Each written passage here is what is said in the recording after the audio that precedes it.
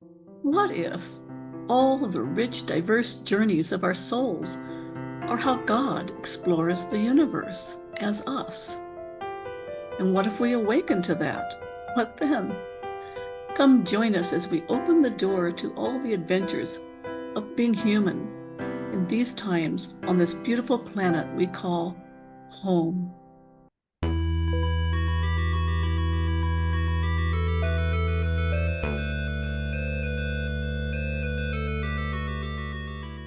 Hi, welcome to today's show. We have a great conversation for you today. It starts out with an interview with my husband, Richard, who's well known to many of you.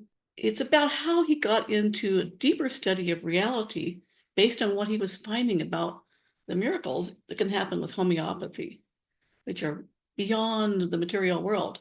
So follow us through as we go deeper into the conversation and we explore such things as how to get over a possession, how a woman had got out of a Nazi death camp, and how our understanding of consciousness and the nature of our thoughts can help us navigate life in a much better way. And ultimately, we talk about how to say yes, dear, not only to the wife, but to life. So welcome. You look familiar. I think I know you. We seem to have the same last name. Yeah, I think we've met. Yeah, we have met, somewhere back in 1976, I think, in Ojai, Oh, yeah. California. Right. Didn't we get married? I think so, yeah. Oh, Yeah. So I know you pretty well, in that yeah. sense of like having spent a lot of time with you.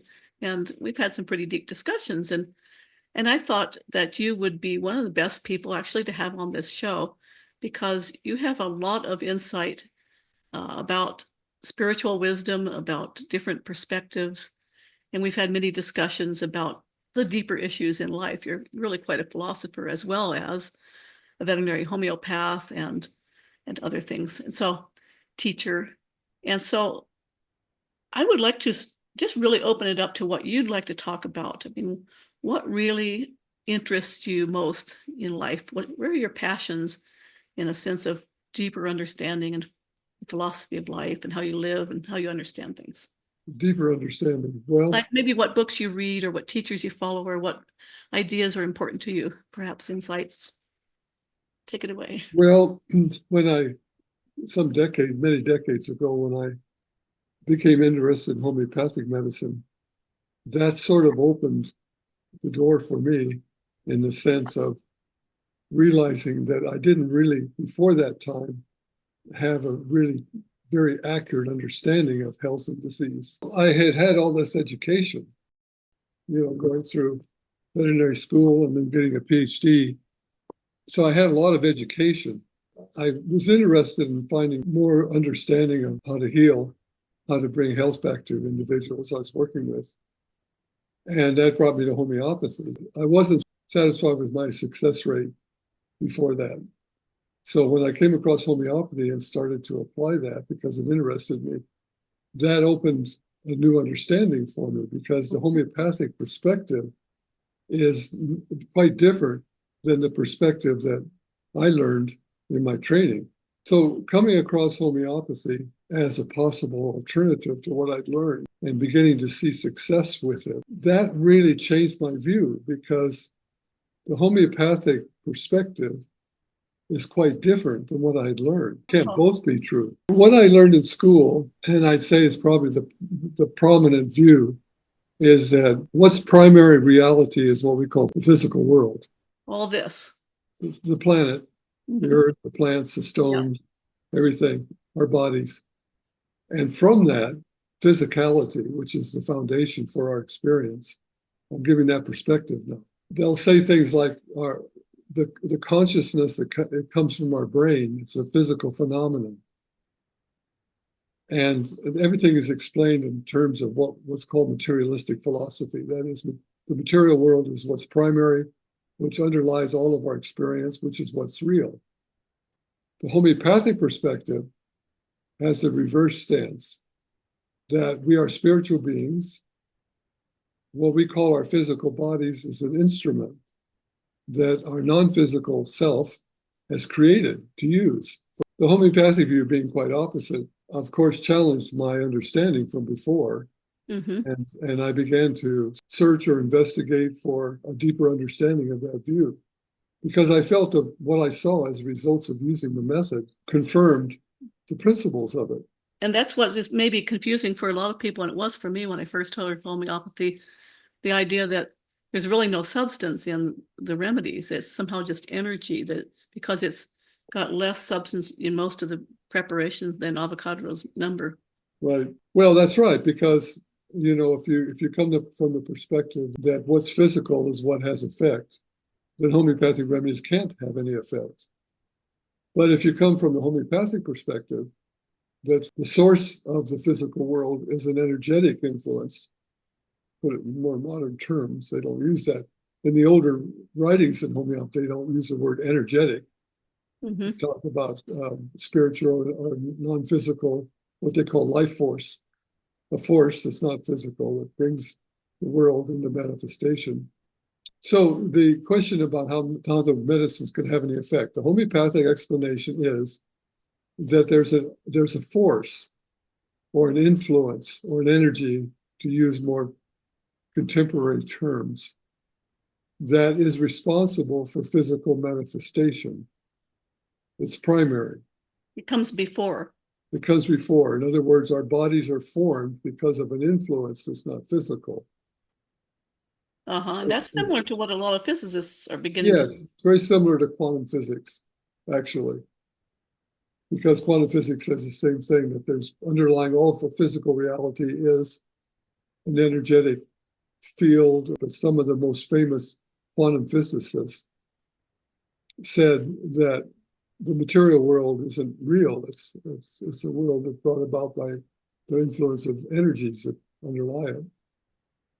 So it's very much in alignment with homeopathy, but compared to the conventional allopathic view, homeopathy is quite opposite.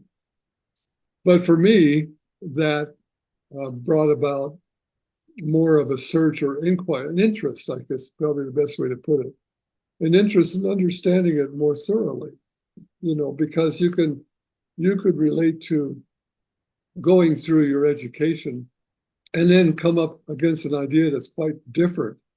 It seems to be, from your experience, that different ideas seems to be supported, seems to be true. It probably most likely you're going to say, how can this be?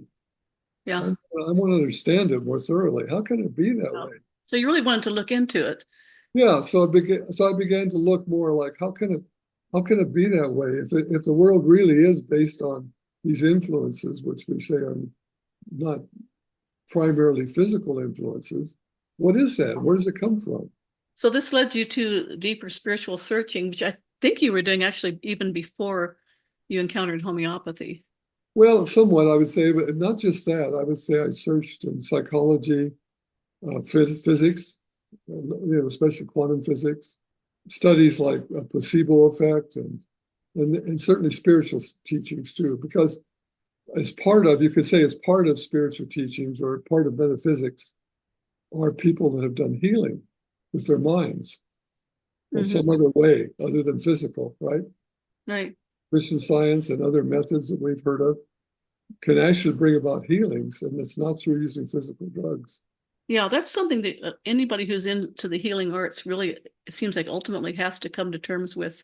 You Mm-hmm. can dismiss it, but there's a lot of evidence for it. And Well, so, there is evidence. I mean, it's as much evidence as there is in any scientific experiment. So it's not logical to say, oh, the scientist has done this study in the laboratory and I accept it. And then somebody else that has done some similar kind of study of mental healing mm-hmm. as a result say, no, I won't accept that one. Right. It's not logical. So go on. So this led you to an interest in the non-physical dimensions of healing, and I'm going to assume of life in general as well. Well, healing, yes, but also the nature of reality. Mm. If the world is not primarily physical, what is it then? You see, well, the writings that were done by the originator of homeopathy don't go that far into it, where it has any kind of explanation, other than saying that there's this energy that underlies our physical phenomena. To go further into it, you have to study other sources. And that's what I did for decades. Yeah, as I can testify by the large number of books in your bookshelves, the spiritual So section. yeah, I know, yes, really, you've done a lot of study. I've seen of Christian Science, of Swedenborg, of Course in Miracles, or Krishnamurti, non-dual teachers, and others. yeah, because I found that some of them agreed with what I had been learning from the homeopathic method, and took it a little bit further, especially the idea that what's really primary is consciousness. That's what underlies the creation of everything we experience.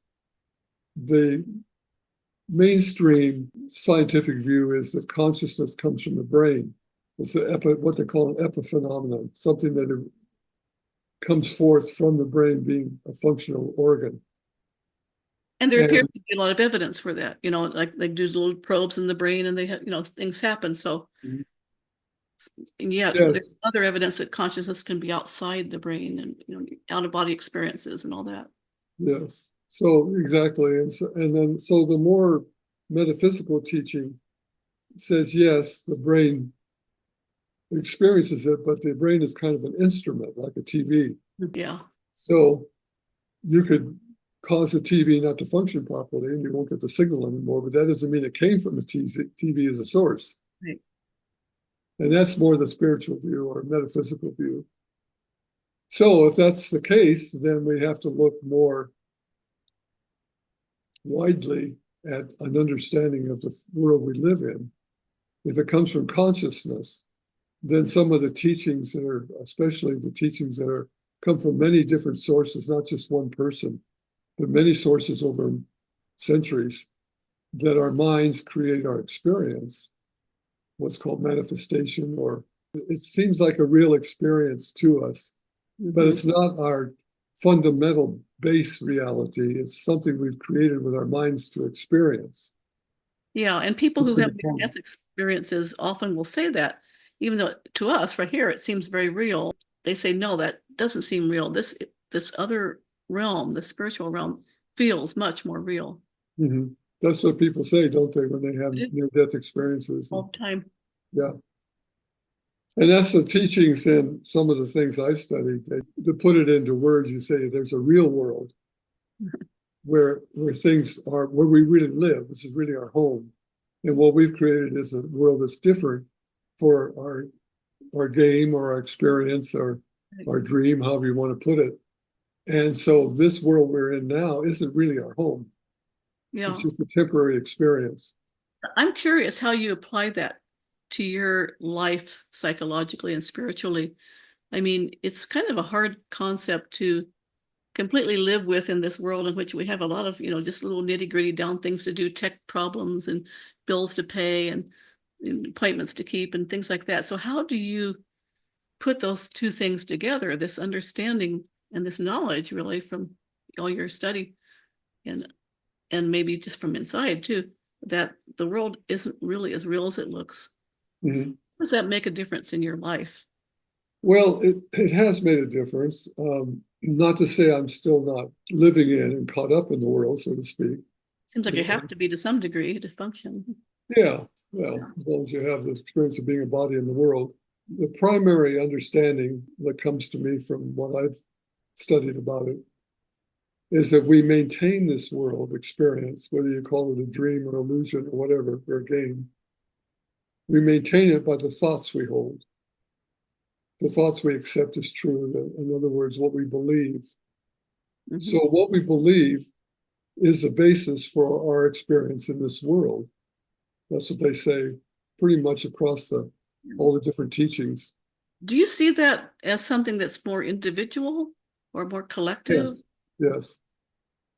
Like the Course in Miracles says that each of us has an individual experience. None of us have the same experience. Does that mean that someone could have a different reality, say, in which, the current political candidates for election weren't there, that different, or that the weather was different or something like that, or is it more of subjective, how you experience it, what attitude you have? Well, I suppose that what you said is possible. I think, though, that probably most of us just have different perspectives and different interpretations.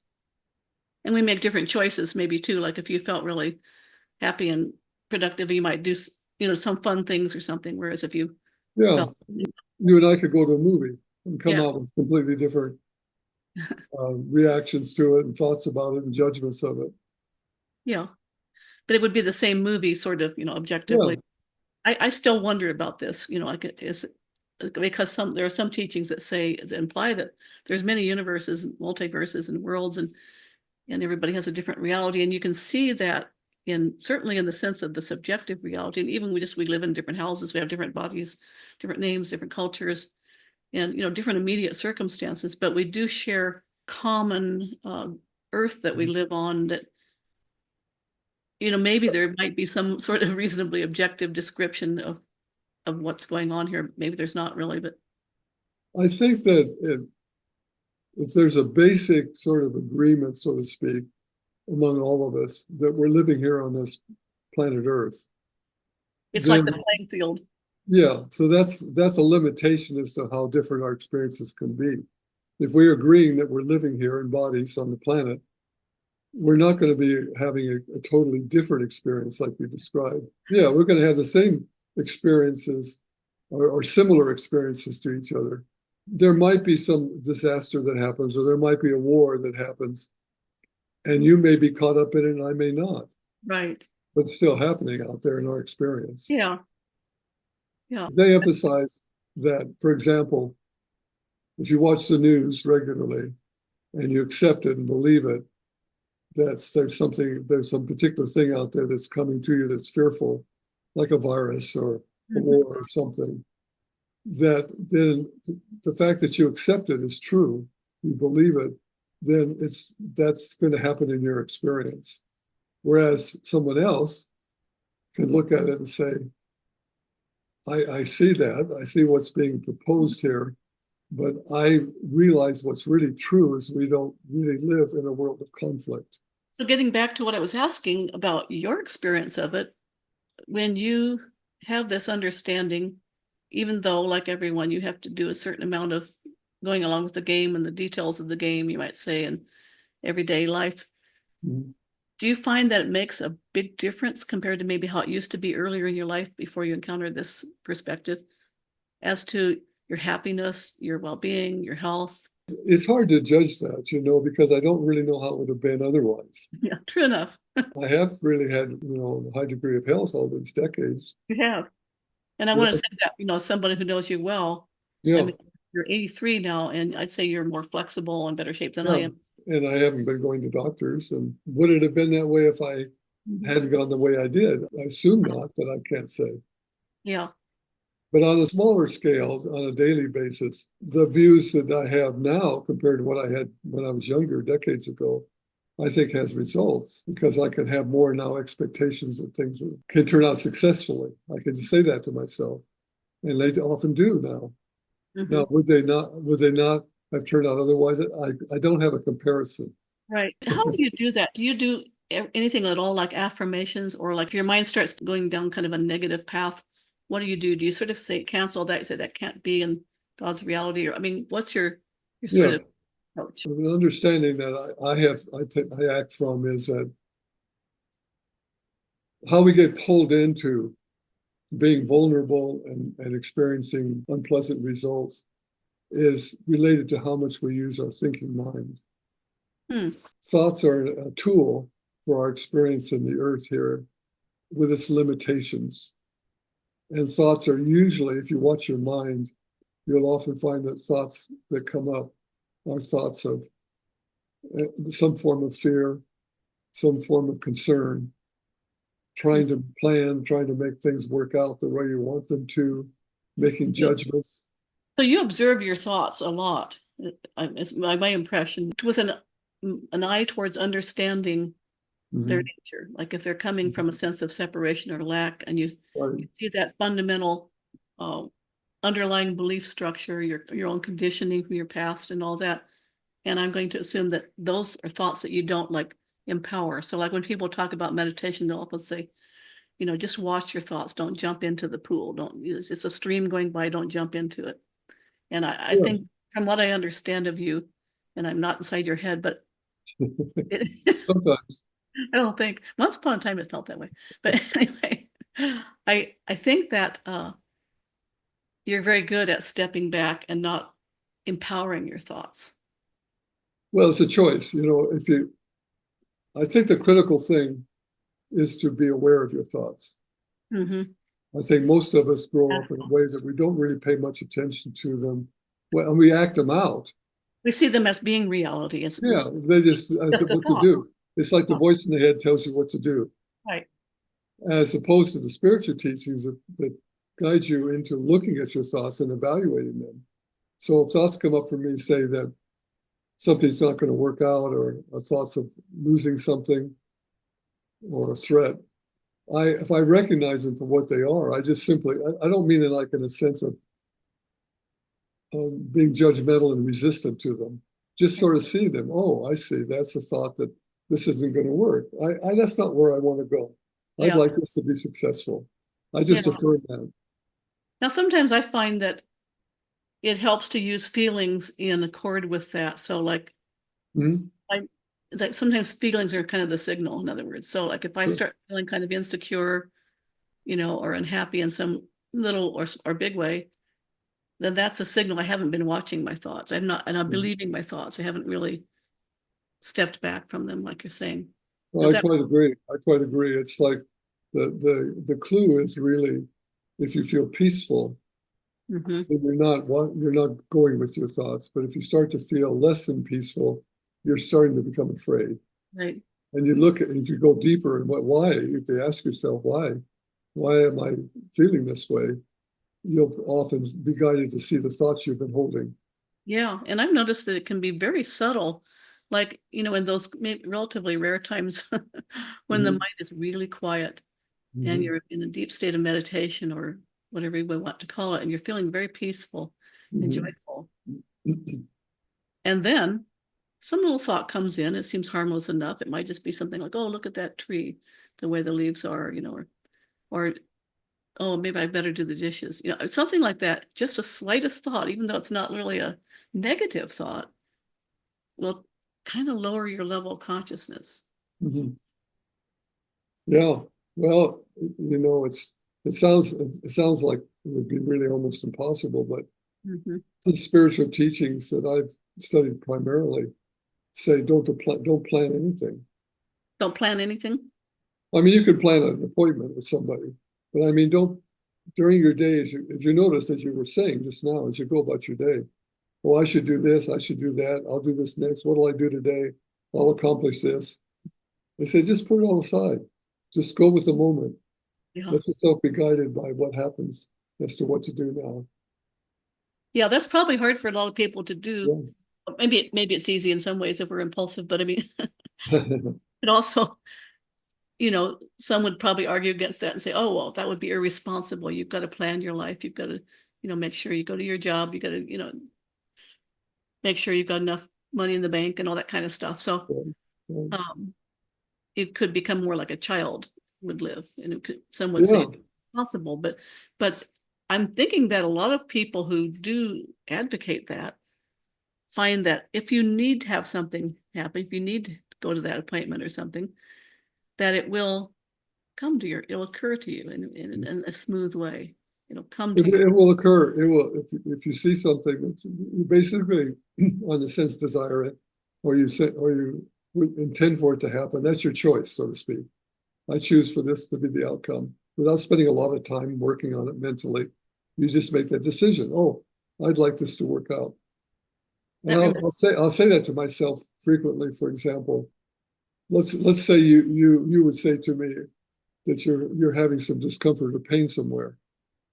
hmm And I just, I don't know how much I put into words, but I'll just have the reaction. I'd like this to resolve easily. Oh, uh-huh. So you You put know, that intention out.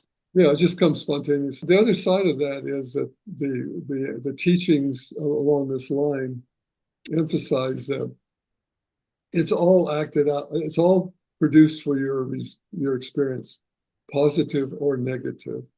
So if you have negative thoughts like I'm gonna lose all my money, the banks are gonna fail, I'm gonna be out in the street with a cardboard sign, and at the same time, you're trying to say, no, I'm going to be very prosperous and successful. I'm going to have all I need.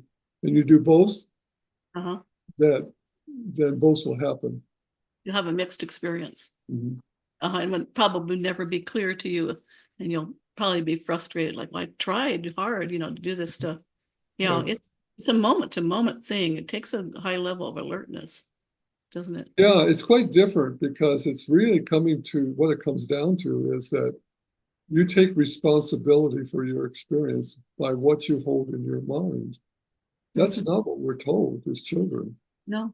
That's not how, well, in a way, I mean, when I grew up with religious influence, I was told what's in my mind could send me to hell. But, but other than that, I wasn't really told that what I hold in my mind determines my experience on a daily basis. No, And most people don't think that way. right. They think that the world out there can do stuff to them whether they like it or not. In many teachings, it will be kind of a piece of work to do that, like do your daily affirmations, do your daily prayers, keep on it and kind of like journal this out. Here's my intention, do all this detail. And other teachings, on the other hand, are more simple about it. Like you mentioned Richard Dotz sometimes in our conversations, Mhm. who will just say, this is what I would like to see happen. And you just turn it over to God, if you will, or to the divine. Maybe Right. you differently, but isn't there's a distinction there, isn't there? Yes, well, that's one, I think, one of the important teachings for people to teach about what we're talking about, manifestation, or how you experience life, is that if at any time you are making mental or physical, but primarily mental effort for something to happen, Mm-hmm. say meditating, praying, visualizing, and you're working hard at it, concentrating mentally, that's the wrong thing to do. The Mm-hmm. reason you're doing that is because you're trying to resist the fear underlying it. You have to recognize that. If I'm making this effort, it's because I think I need effort to counter the fear I feel. Rather, what you do is you recognize that the fear is there, and you very simply, without any effort whatsoever, just affirm that's not what I want to do. Mm-hmm. Leave it at that. Because it's not your job to do it. It's not your job to work it out. It's Yeah, the and universe. The universe does it, not you. yeah, and it's just coming to mind right now, an experience you had a long time ago before we met, in which you were with someone and it seemed like this person was being possessed, and you actually both saw kind of an ominous face in front of your eyes, or I think when they were closed or something, and it was kind of creepy and scary. And what you did was interesting, and it made it go away. With the other person, it didn't go away so easily.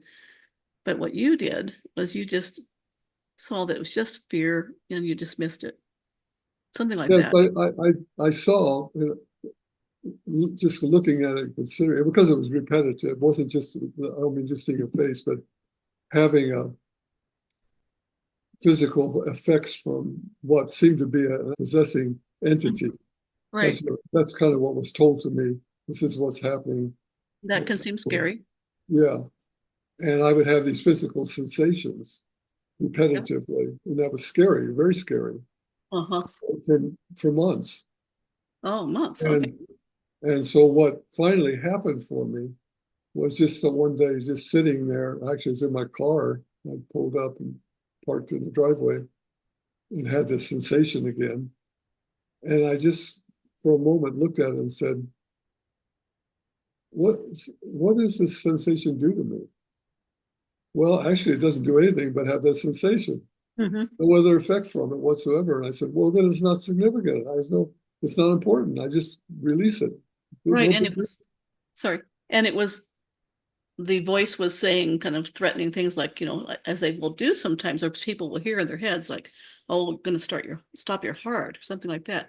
I had been told prior to that by voices that what I was feeling was they're basically taking me over, Uh-huh. grabbing me on a psychic level and taking over my spirit. But as I said a moment ago, when I looked at it sort of neutrally, without a lot of fear, and just asked myself, well, what's actually happened? Mhm. Yeah. Well, all I ever did was just feel this sensation, nothing more than that. I said, well, it's no big deal then. It doesn't have any power. Yeah. So, to hell with it. I released it. that I've been kind of taking that advice a little bit lately when it comes to what's going on in our world, which there's a lot of threats, World War III may be coming, the banks may crash. Mhm. We may have a bad virus come. We may have riots after the election, however it turns out. I mean, all kinds of things are predicted. The ETs may come and maybe they're good guys, maybe they're bad guys. I mean, whatever it is. And lately, I'm just kind of feeling more like, you know, it's like, Yeah, okay, it's not, I don't want to bury my head in the sand, but I just I feel like I'm more powerful than that, than these outside things that are happening or may yeah. happen, which You are think, actually happening right now. I mean, yeah, things are fine. And maybe it's just, maybe that's not true for everybody in the world, of course, but it's true here. And I just feel like stay with that. Stay yeah. with that. That's very much the teaching Byron Katie gives us. Hmm. She says, points out that it's actually not happening right now. It's you in Hmm. your thoughts. Yeah. And if That, it does happen, we'll deal with it, at that point. mhm. But Right. you'd be a stronger person if you've been living this way with not giving it a whole lot of power, which again Yeah. doesn't, Yeah. to me, it doesn't mean putting my head in the sand. Like I'll glance at the news, and I'll see what's going on. And perhaps the very act of kind of not empowering it in consciousness, if we are truly at some level one consciousness, Mhm. it's going to also have a healing effect, you might say, on the noosphere or on the morphic field that we may share in common as humanity. Yeah, I quite agree. And along with that is that the thoughts that come to us that make us afraid oftentimes are coming from this one consciousness we share with everybody else. It's like you said earlier, like a river flowing. Uh-huh. These thoughts are in there. And it comes down to really, if you watch yourself, if you watch your mind, I don't mean in an effortful way. I mean just sit quietly and watch what's going through your mind. You see an amazing stream of thoughts and images. You Yeah, wouldn't quite believe that they're actually going on until you start looking. right. But what's significant there is of those thoughts that stream through your mind, if you pay attention to them, either negatively or positively, like you say, oh, that's interesting. I want to learn more about that. Mhm. Or, oh, that's not good. I better prepare myself and find a defense against it. So either being fearful of it or having interest in it, either one causes that thought to stay with you. And to strengthen itself. Yeah, it's staying with you becomes part of your consciousness that's propagated to everybody. Hmm. What about creative thoughts? I mean, for me, a lot of times what comes up is, okay, I'm working on a project like this video series or something, and I'll start thinking about, well, I'll see if I did this and that would be this way. And, you Mhm. know, I mean, that sort of seems appropriate. Maybe, it's kind of part of being an inspired Mhm. artistic type of person. Um, but then sometimes you could say, how does that contrast, say, with someone who's content to just live in a more simple way, not have to be productive necessarily if they don't need it financially, but to just savor life, take time to smell the roses and just be. Like that's really hard for me. Well, I think that life is expressing through you. You know, that's really what you are, is life expressing. We create this personality we think we are, which is not true. We're not really that. But life itself is flowing through us. And so life can motivate you to say paint art. It can motivate you to write a book. It could motivate you to just walk through nature and smell the flowers. Mhm. There's not, I don't think there's one better than another. See, It's just really experiencing life, yeah, basically what it comes down to. the very act of judging that kind of thing Hmm. can be a way of condemning oneself and creating an attitude of inferiority or worthlessness or failure, which in itself is not really productive. Well, that's a good insight. Okay. Yeah, it's really And self-judgment. yeah, it's I should be acting differently. I it's not. shouldn't be doing this. I should be out working. I should be saving others. I should be Mhm. standing in the corner proselytizing. Right. And if who we are really is something more like pure love and Mhm. pure Mhm. intelligence of that great mystery that created all of this and is behind all of this, And then if we kind of a and if we dishonest to that to sort of say, oh, you personalize it like, oh, I should be doing this, I shouldn't be doing that. Right. It seems like more and more it's wise to just accept yourself as the human personality part of yourself Mhm. and not condemn it and allow it to be, but not make too much of it. Yes. To be in the world, but not too deeply in the world. I think that for most of us, if we just were to sit back and just contemplate the question, what would I really like to do? I think most of us don't know at first. Mm.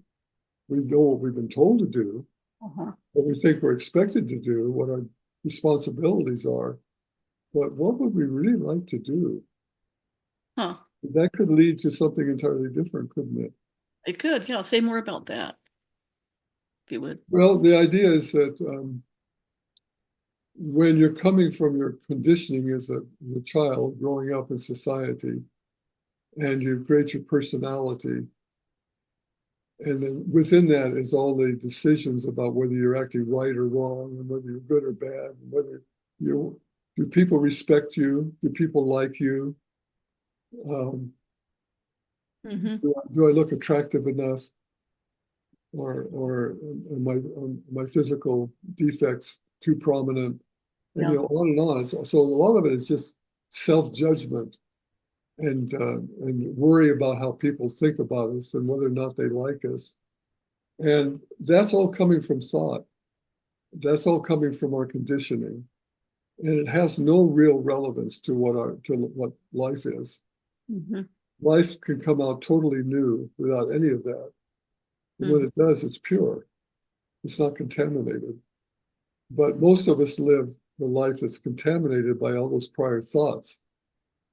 Mm-hmm. So a lot of the teachings that are more physical, I mean, physical, metaphysical, or spiritual, tell us to just simply put all of that aside, stop paying attention to it.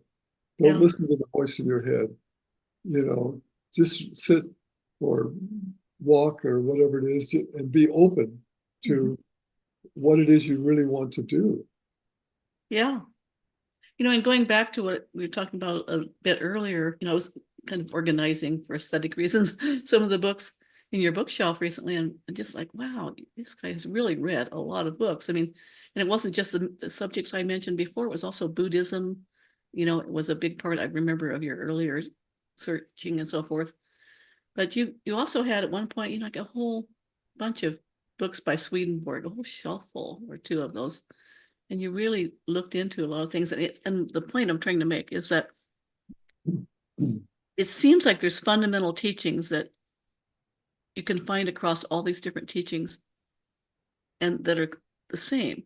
There's Mhm, maybe some that are a little different. mhm. How do you put all that together from your long life of searching and reading and exploring the and you also read Plato too. There's another one. So how do you put together the best of the teachings? And you've read a lot of Christianity too. How do you put together the best of what you've seen from the masters and sages of the ages and yourself? Well, I think what really speaks to your heart is what will draw you.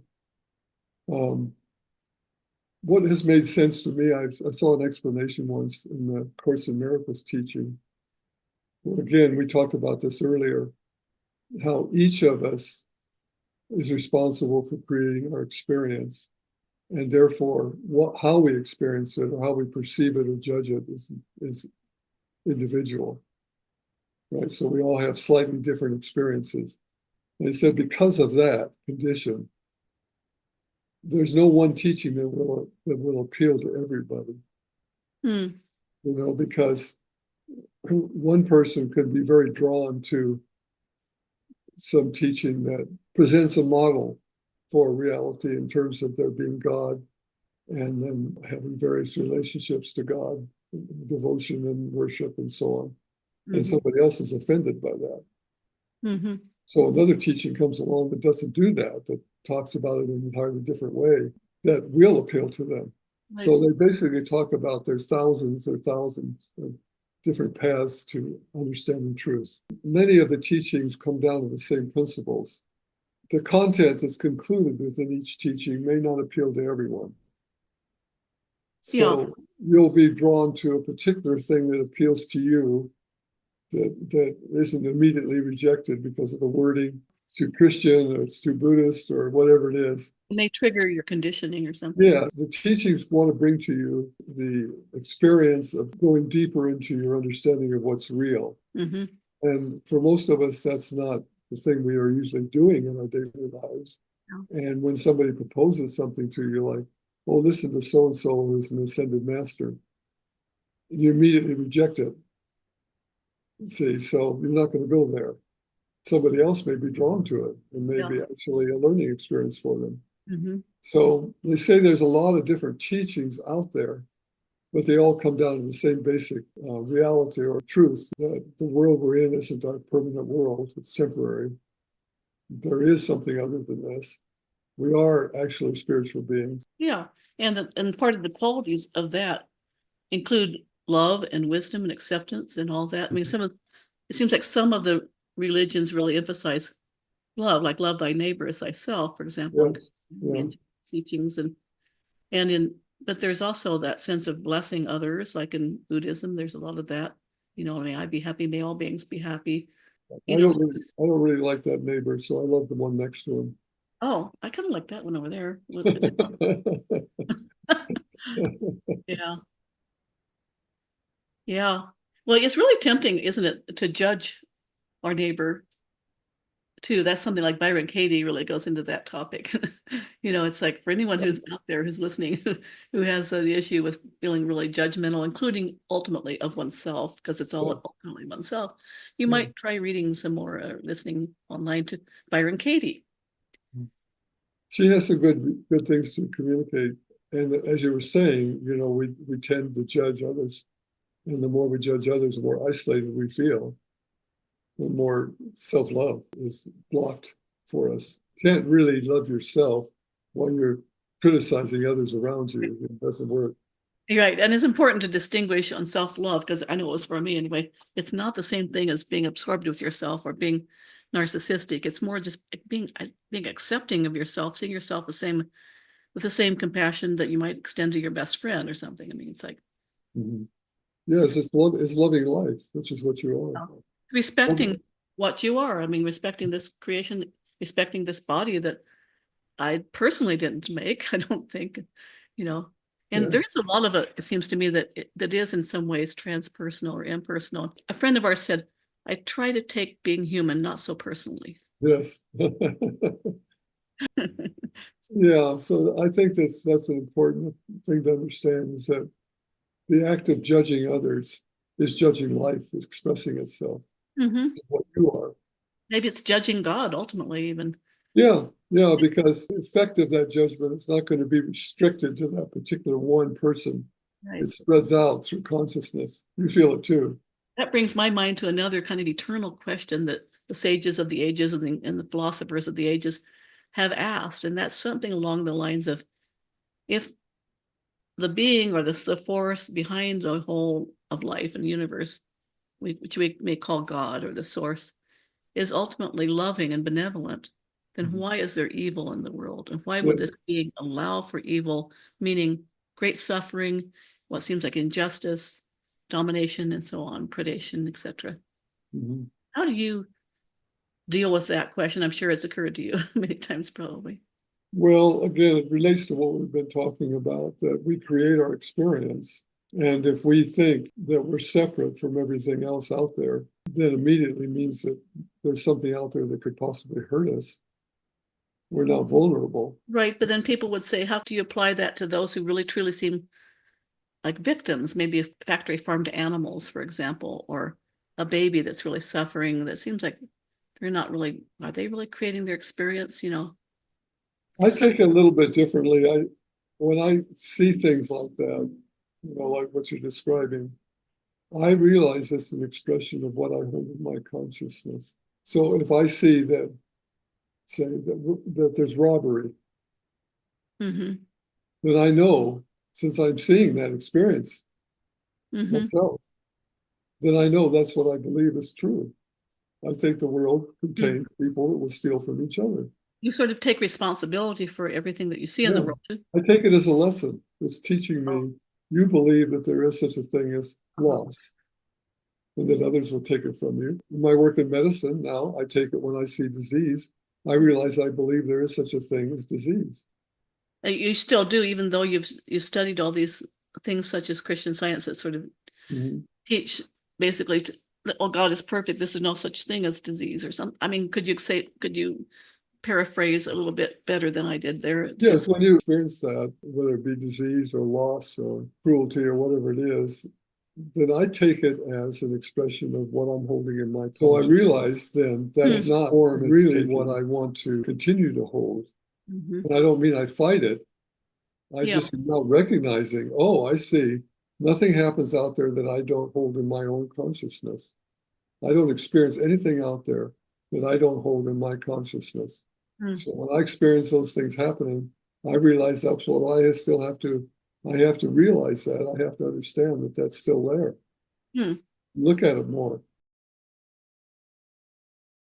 In what form do I accept it?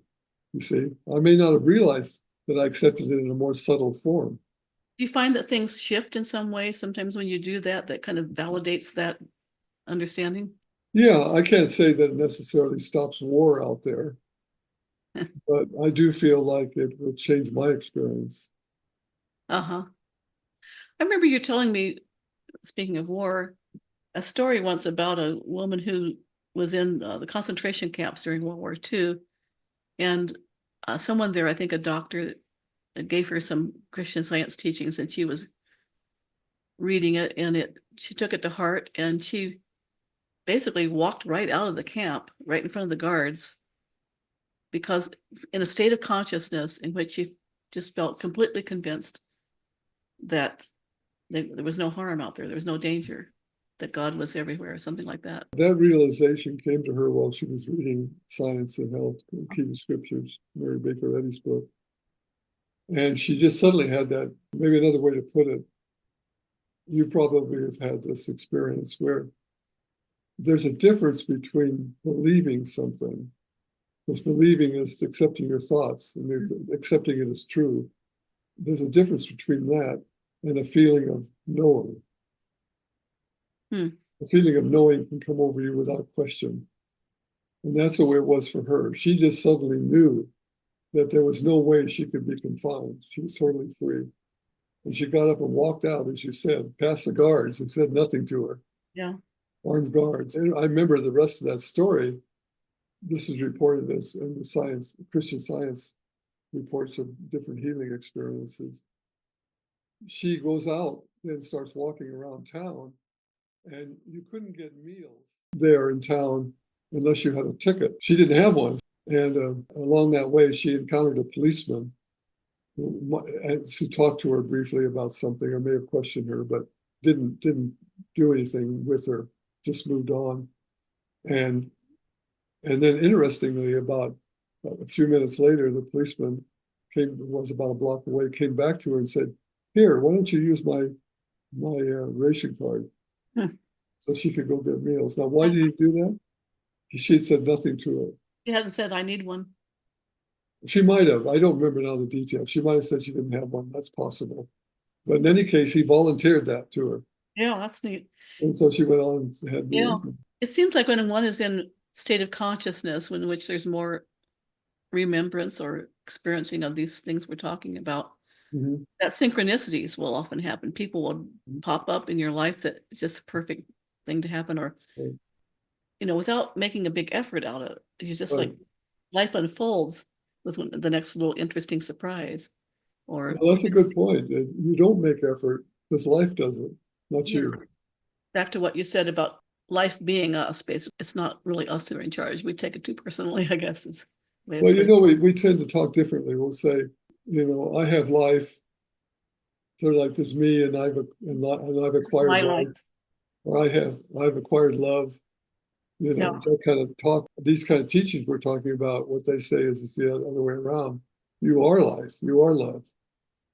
And this phrase has been coming to me, that we are within the mind of God, rather than more the idea that there's souls inhabiting our bodies that then leave at death. It's more, which is, more than I used to think when I was very young, but it's more like we're all within one universal mind.